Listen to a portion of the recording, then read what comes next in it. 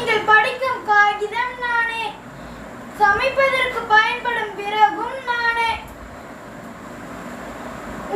நீங்கள் சுவைக்கும் கனியும் நானே, உங்கள் பிணித்திருக்கும் மருந்தும் நானே. உங்கள் பிணித்திருக்கும் மருந்தும் நானே. விலங்குகளுக்கும் பறவைகளுக்கும் வாழ்விடமாக திகழ்கின்றேன். ஆனால்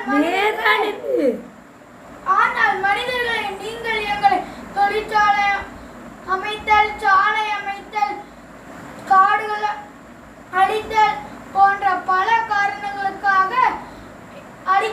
அழிக்கின்றீர்கள். எங்களை அழிப்பதால் பூமி வெப்பமயமாகிறது.